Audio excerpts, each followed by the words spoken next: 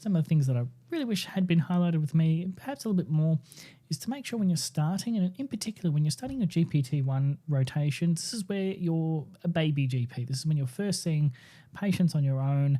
You've come usually from the hospital setting. You may not have actually had that much experience in the general practice setting previously.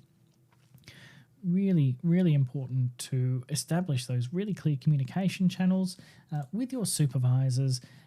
And a part of that would be setting up a frequency for meetings so that you have an idea of when, how you'll be catching up with your supervisor, as well as setting those expectations for what are the things that you want to be tackling, because at the start, you're not going to know what you don't know. And so I really wish I had have spent a bit more time reflecting on that and getting that kind of regime down pat.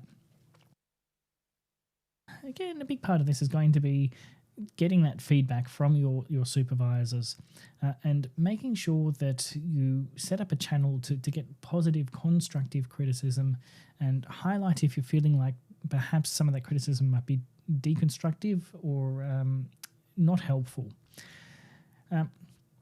A big part when I was first going through, and things are a little bit different now that the colleges have taken over the training programs, is looking at learning goals. And we used to have to do learning plans. I think there's still probably going to be some form of that moving forward. And I wish I had taken them a little bit more seriously because I think particularly in those early days, again, you don't know what you don't know. And you'll start to pick up as you see patients, you'll say, oh, actually, I don't know much about that.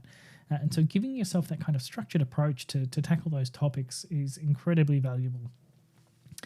Likewise, if you come across those topics that you think, oh, I don't know if I could have done better there, I don't know if I know enough about that topic, jot those down and have those chats with your supervisor to let them know kind of the things that you might be needing a bit more help or support or even just direction with as well.